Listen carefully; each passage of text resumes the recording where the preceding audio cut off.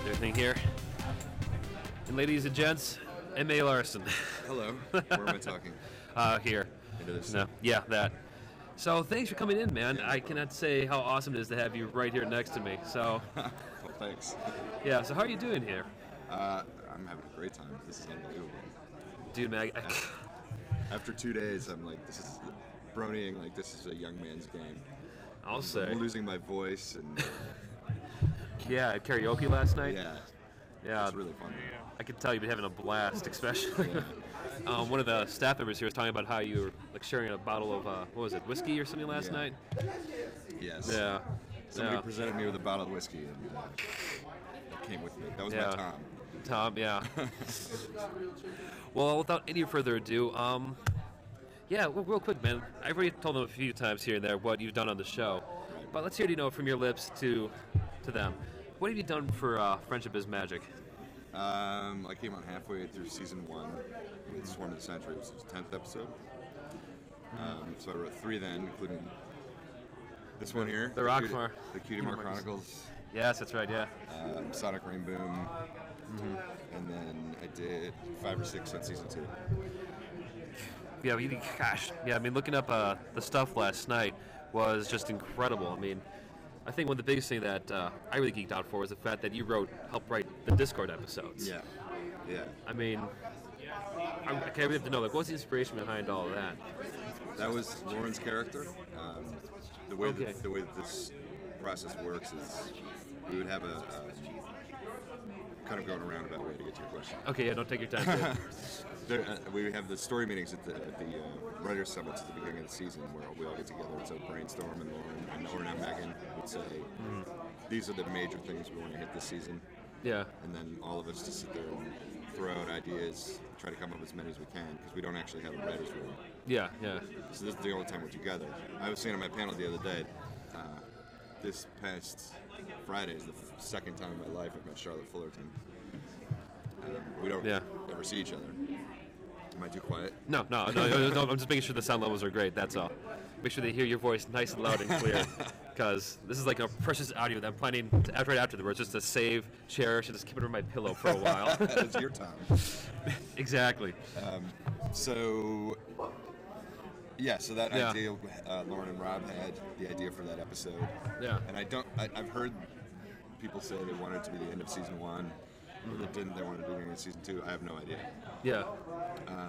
But I was really pumped when they asked me to do it, because I was kind of new to the show, and to be doing a 2-parter was huge.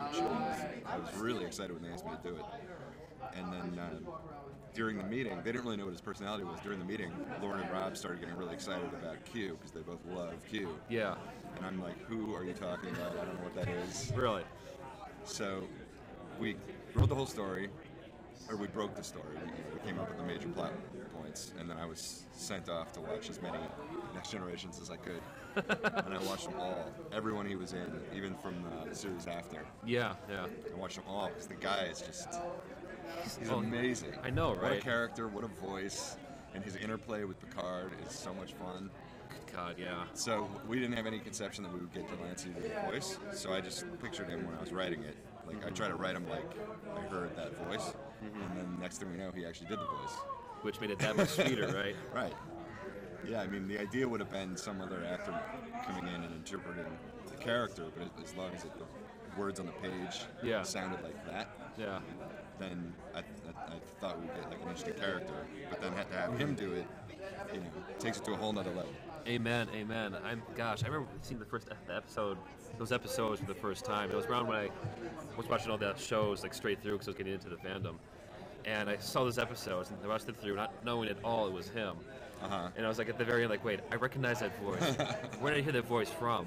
And so happy, like the semester beforehand, I just got into Next Gen as well, and was trying to really fall in love with Delancey. I heard that, I was like, I just had my head exploded. Just to think, oh my gosh, this show just got that much more awesome, including the little Star Wars kind of reference at the end. Yeah, that was not me. That was not in the script. That was all the Studio B guys.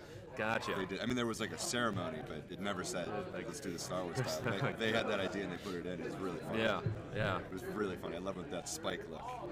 Yes. Yeah. I mean, I've seen a few awesome There's people like everywhere, like just lining up to see here. It's just kind of. I guess there's plenty of questions I could answer. It's pretty much like the same stock kind of questions, Right. So what are some things you've always wanted to tell fans that you don't really get asked that much? What do you mean? I don't know. What are some interesting stuff that you wish you always had a chance to tell someone without having to be prompted. So, gosh, I've never thought of that. I don't know what would be interesting to fans. Well, I know some people are into little trivia things. I don't know if you were at the writers' panel yesterday. No, I was here broadcasting all day long. Okay. Yeah. Well, we were talking about because I went back. I did an interview a few weeks ago, which is the first one of these I've done, which, by the way, is incredibly surreal. I can't believe I'm sitting here right now. You're telling me. Nobody cares about animation writers. So I went back into the script because it had been years since I read them. And I found things because Twilight Sparkle was called Twilight Twinkle in the beginning. And Zecora was just called Shaman, and she didn't rhyme. Really? I couldn't remember that. I didn't remember that until I went back to Swarm of the Century. And I'm like, what's going on here? She's not rhyming. And Amy said yesterday, Keating Rogers yesterday said that she came up with the rhyme thing because the Hub wanted Zecora to pop more, to have something special and unique about her. Yeah. So Amy's like, let's write her in rhymes. So that's where I didn't even know until yesterday. That's where it came from. That's brilliant, man. But yeah, that was kind of interesting to me. I was like, oh, I completely forgot she wasn't called Zecora and she didn't rhyme, and she's kind of a different character, And Twilight Twinkle, I'm so happy that's not. Twilight Twinkle, good God. That would not have gone well. That sounds like a perfect name for with the Zecora episode. If Spike was trying to think of a name, for Twilight Sprinkle kind of things sounds something like the good joke name, right? Exactly. Yeah. No, actually, you said mentioned one thing that it's surprising for you to find yourself having interviews like this and being cherished so much. I mean, look at your credentials you have, at least in your resume. It's incredible what you've done, man. You've worked with Angels in New York? Angels in America. America, yeah, gosh, sorry. Brain's so tired. Smart, I don't. Day 3. Exactly. I saw Sin City on there as well, and just looking at just your networks with Cartoon Network, Disney, Nickelodeon, the Hub is just... Right. Sure, you've been heavy, a lot of background stuff, but you've had your hand in a lot of stuff, probably a lot of people's childhoods as well. Well, definitely with this show. We talk whenever I do see these writers, which isn't very often, but when I do see them, we talk about it. Well, that's not necessarily true. Because, let me finish my thought. Yeah. For me, anyways, it gets really old, kind of just writing into a void and writing on these shows nobody watches. They're on for a season or two, and then it ends. And then to all of a sudden get feedback like this, like people are watching the show and liking it and paying attention to the details of it. It's really fun. It's super fun. Yeah, I can't even imagine how that must feel like. It's bizarre. This is my first convention, so to see it in person, and when I first saw this is a joke that I wrote, and now it's a T-shirt. It's just surreal. What happened there? How did that happen? But, it's great. It's so cool to see so many people getting something out of it. Yeah, plug the fact you're on the show right now, right here. This was just a simple thing. I started off in May, and it's grown so big for just the fandom. I couldn't believe all the people you guys have inspired just to be just so generous and kind and willing to help out. To have, something like this, to be talking here with you. So it's sort of the spirit of the show, though. I know, it's crazy. It's such a great inspiration. And there's so many talented people, and entrepreneurs like you, and then you get all these artists over here, and musicians, and it's unbelievable. Amen. I do have a few more questions, but eventually I do want to break it up to those listening in. But I do want to know, how much time do we have with you here? Well, I'd say maybe 15, 20 minutes. I realized before I came here, I'm like, oh man, I got to check out. Oh, for your 12, right? I gotta good God. In that case, we'll make sure not to keep too much of your time. I'm on the air, Paul. Yeah. Sorry about that. All right. Who is it over there? Who is this? Who's Paul? Who's Paul? Paul's my guy. Paul. When I first showed up, they were like, Paul's going to show you around and take bullets if people try to assassinate you and things like that. Maybe we'll take out you. Paul, nobody with Paul around. Yeah, maybe true. They're not that many. Yeah. I think I took myself out last night. Yeah. Karaoke'd Anarchy in the UK, and I kind of did an Anarchy in Equestria version. Yeah. That was brilliant to watch. I should not have done that. No, you probably should have. And then else, we got plenty of blackmail to say, hey, Yeah, no kidding. make season 3 great. I heard a lot of people pushing in, pardon me, finally having a true AJ song out there. Which Yeah. one? Oh, Yeah, because yeah, all the other right. ponies have their own songs except poor Yeah. little AJ. Yeah, I know, and she's such a good singer. I know, Ashley Ball, man. Like, Such a good singer. I mean, yeah, for the show, maybe actually go out and buy all her stuff for Hey Ocean, but Yeah. yeah, great stuff. It's going to happen at some point. Yeah, She has to have her own song. yes, I'm waiting patiently, and I'm not.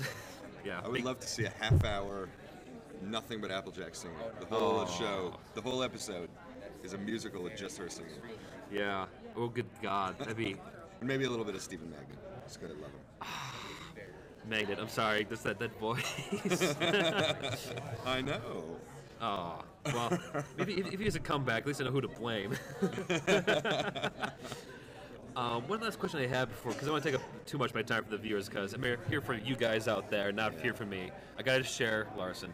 The biggest last question I had was, what really goes into making an episode? Like, what gets it from point A to point B from your end? I mean, is there like a round table, like creative session, or what have you? It definitely varies by show. Yeah. I was on a show at Disney called Kick Butowski, Suburban Daredevil, where we had a writer's room, where we all literally sat in a room together, spitballed ideas and stories, Yeah. and critiqued each other's episodes. And then there's the other kind of version where we only really get together once. And then every episode we have a story meeting, which is all day long. And the first 2 seasons it was me and Rob Renzetti, the story editor, and Lauren Faust. And Rob and Lauren would write up, we'd brainstorm all these premises. Rob and Lauren would type them up into like a paragraph, kind of half a page, and they'd get approved by the Hub. Or Hasbro. I don't know the difference between the Hub and Hasbro. I'm just going to say the Hub generically. Okay. That Fair might enough. mean Hasbro because I don't know the difference. And then we spend an entire day putting little note cards on the wall, trying to figure out the structure of the story, where are the Yeah. commercial breaks, and what are we doing leading up to those. And then in the first season, it was definitely how are we going to get all 6 of the main characters in the episode, which gets really hard to do after a while. So season 2, Lauren said, we don't have to do that anymore. If it makes sense to have all 6, we'll have all 6, and we should try to have all 6, but we don't have to have them, force them in. It just gets really hard to do with 6 characters in a 22-minute show. I'm totally off topic. That's okay. What did you say? Oh, how does it go? Yeah. No worry though. Okay, so It's all awesome. we break the structure. I leave at the end of the day with like a stack of 20 note cards, and then I write an outline based off that, which is like 5 pages. It's like a prose document, and it just kind of details the scenes. That goes to the Hub. That goes to Lauren and Rob. Then it goes to the Hub, and then it's a script. Then you write a script, which is about 35 pages. Then you do pretty much one revision to the Hub. Because you have such a strong structure going in, this show doesn't really have the major rewriting that a lot of the things I've worked on does. Because everybody's on the same page of what the story's going to be. So then the tweaks are like, oh, would this character really behave this way? Or this is too long, let's cut this. So it's just, the rewriting at the script stage is pretty minor. Definitely compared to other shows I've been in. Really. Yeah. Awesome. So I think in that case, so we had said like maybe 15 to 20. No, 15. Yeah. So let's make sure we actually. What time is it? 11:20? Yeah, 11:20. Give me 15, 20 minutes. Yeah. Okay. Just so I can check out. Yeah. Don't worry. We'll make sure you get out there. If anything, I'll come help you myself get your stuff to your car. It's still been packed. Ooh. It's fine. I'm gonna go get a late checkout. Okay. So in that case, guys, bringing out the floor to you. What questions do you have for this guy? Please be nice to him. He's a nice guy. I don't want to ruin our reputation here at Midwestria. Yeah, and if you're not, all I gotta do is minimize you. Yeah, exactly. I know that Sweetie Cake a while ago mentioned Larson. Did you watch My Little Pony when you were a kid? God, no. No. No, I have one brother and me, so we were a boy household, and we were Transformers and GoBots and Mask. It was all that kind of stuff. Mostly Transformers. My Little Pony didn't even register in my life in any way. Yeah. I knew of it, and I think I probably knew the song, the theme song, but I didn't know there were 2 and 3 generations You know. Yeah. It was completely out of my consciousness until Lauren started this version. Well, fair enough. I mean, like, I think for a lot of us, it was just kind of out of the blue, really. Yeah. Yeah. Excuse me. Yeah. No question about it. I think that's part of why it caught on as much as it did is expectations. Nobody who tuned into the show was expecting like a decent show. The explosion as it was. So I think people were like really latched onto that, and then it kind of went wildfire. Let's see. I don't see many questions. I actually see a lot of statements. Cadence, one of my co-hosts, writes in, spirit of the show, he's so dreamy. Dude, simmer down. You're a married man. Hi, Cadence. Yeah, and Lyra, one of our community manager, writes in, people can watch both My Little Pony and Transformers. I used to. That's fair enough. That is true. I did not. Yeah. I didn't want anything to do with it. I know growing up that I shamefully watched Powerpuff Girls growing up, but yeah, never went to. Great show. It was a great show. That's what I was going to say earlier. When I was talking about like writing these shows and nobody watching them, then you look at like Amy Keenan Rogers' resume, and she's worked on every show you've ever heard of. I mean, it's unbelievable. She's like a legend. And the same with like Meriwether Williams from second season. She wrote for SpongeBob. You know, it's like there's a really amazing writing team. Mm-hmm. Charlotte Fullerton, who's here, was on Ben 10 and a slew of shows. Yeah. Power Rangers, she did. So maybe I'm the only one who was like, hey, I actually wrote something people watch on this show. Nobody watched Kick Buttowski, right? Mm-hmm. I don't know. Maybe. I watched a lot of TV growing up.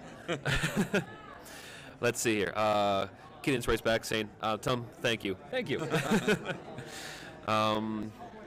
And he faints because he said his name. Gotta love the delay on the site. But yeah, come on, guys. I know you're out there listening in. I know you're all lurking in our chat box here. So come on, give this guy some questions here. Otherwise, I'll take up all his time. Yeah, you're gonna have to ask me things. Yeah. Yeah, okay. So, Rarity fans, Cadence. So helpful. He's one of the mods. That's such a dangerous question. I know it's a dangerous one. You want to answer it, man? Well, I can answer it in a couple of ways. My favorite to write without question is Rarity. I mean, she is so much fun to write because you can just do the really over-the-top dialogue. Mm-hmm. You know, I put like Latin in there, and, you know, when every time she's like getting really full of herself, it's just so fun to write. My favorite personality was probably Applejack. Yes, sorry. I love her. Do you have any of the toys? I do. Yeah. I mean, from here. Oh, okay. Yeah. For those who can see the chat box or hear the last question, he was first asked, who's your favorite pony? And the other one was, do you have any of the toys? Let's see. Gosh, there the questions are coming in now. Let's see. Now they're like, how dare you? Yeah. Let's see. Fluttershy for the win. Amen. Let's see. Caduce writes in, who is your favorite Transformer? Oh, wow. This is another one I haven't really thought about since the 80s. No, my brother was the Decepticons. I was the Autobots. I didn't have a single Decepticon. I'm trying to remember.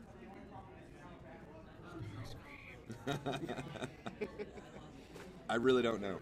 I like Jazz, I guess.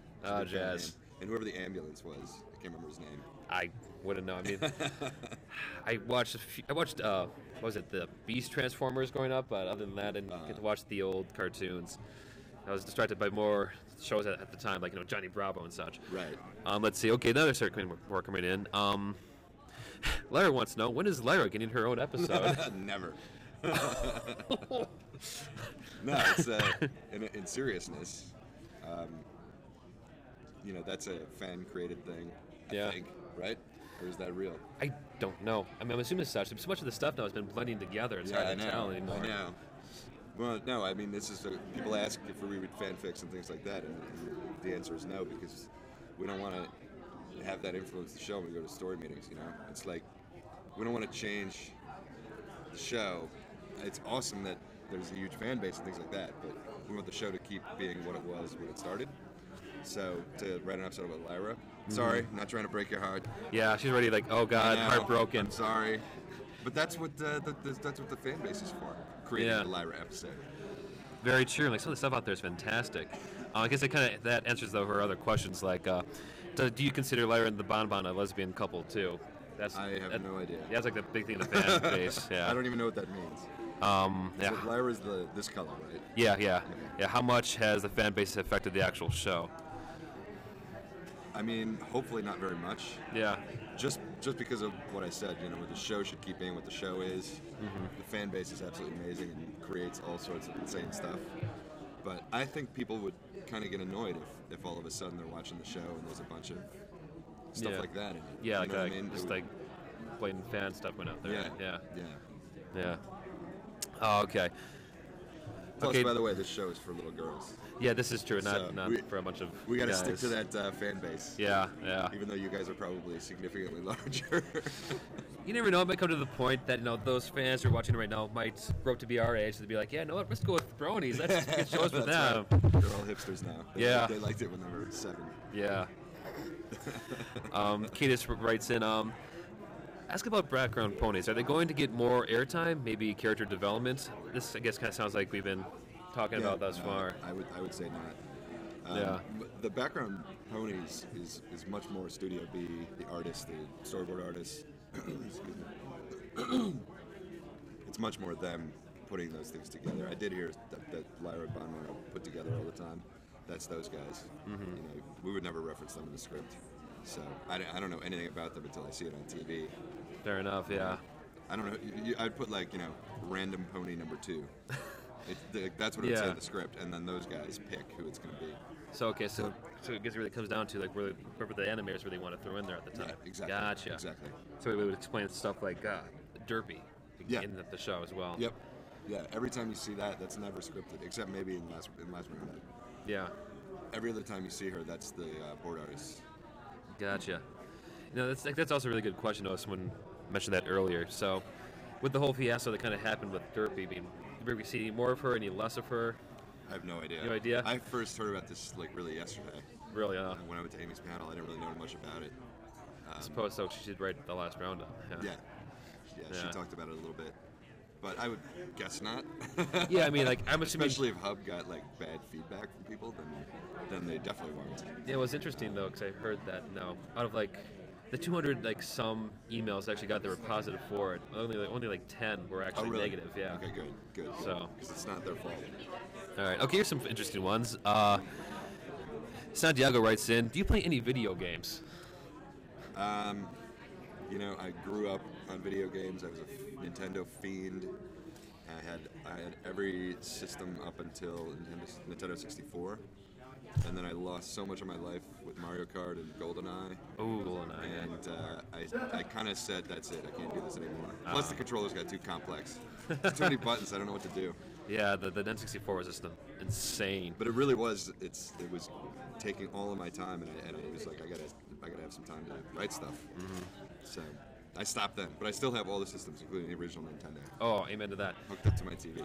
At least it's there in the place of glory, right? That's right. Exactly. Yes. Let's see here. Okay, next question here. Gosh, Lars is asking them left and right. Can you give us some secret info on Season 3? Secret tiny spoilers. No, yep, I had a feeling. Nope. You like your job. I can't even confirm there is a Season 3. There you go. Lyra also writes in, just so you know, this forum we're talking to right now is where the radio actually does most of our work. She wants to know, do you want a mod position on the side?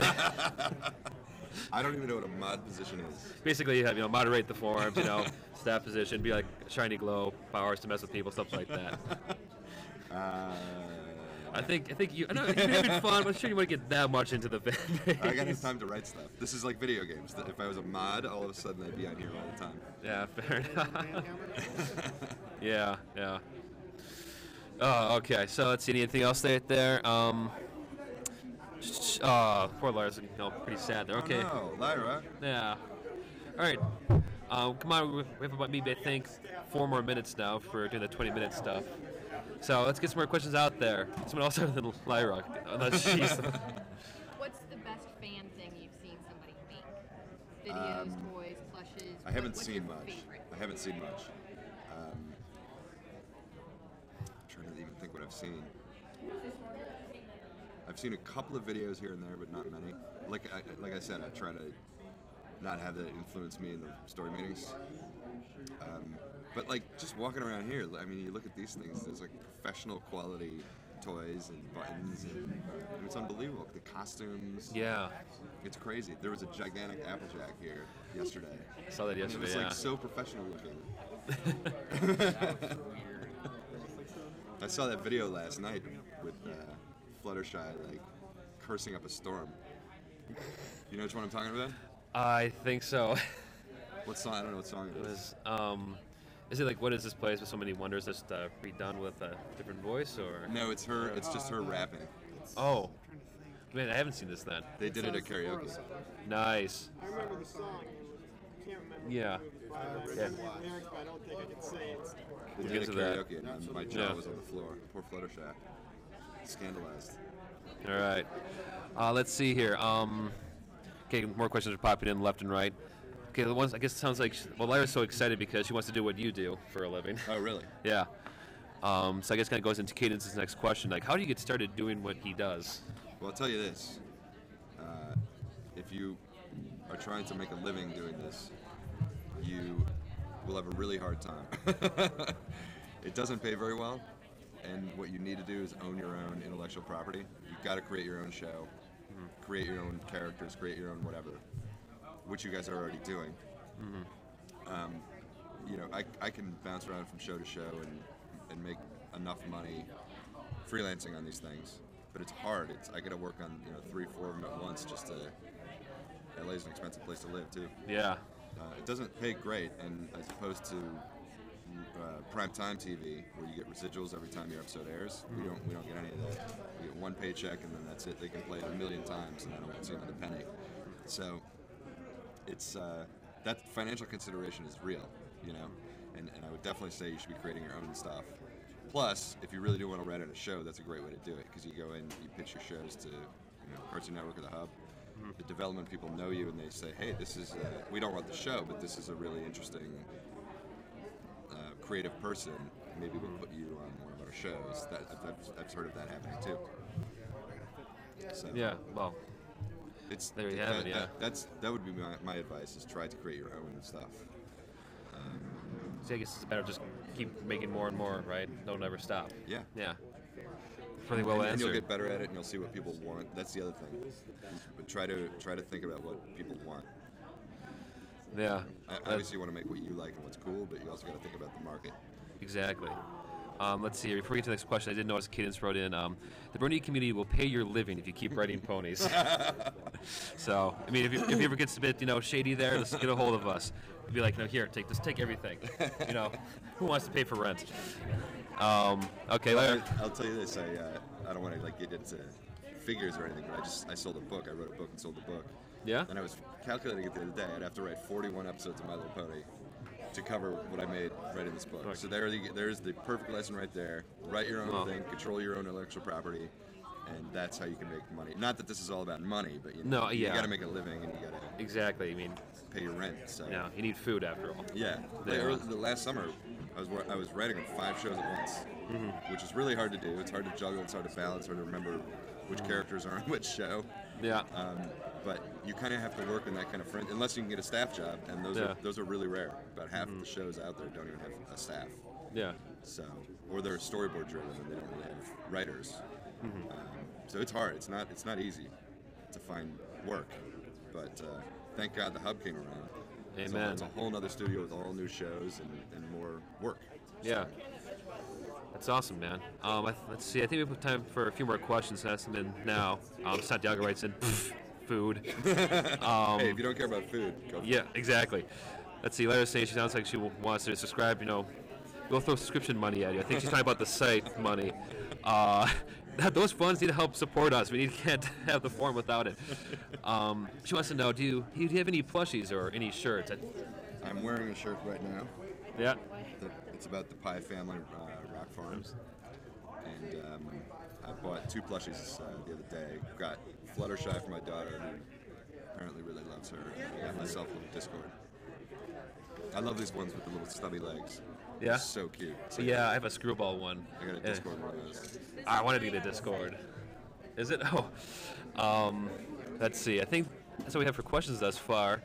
Like, oh, don't lie. Rarity writes in, ponies are our sustenance. We don't need food.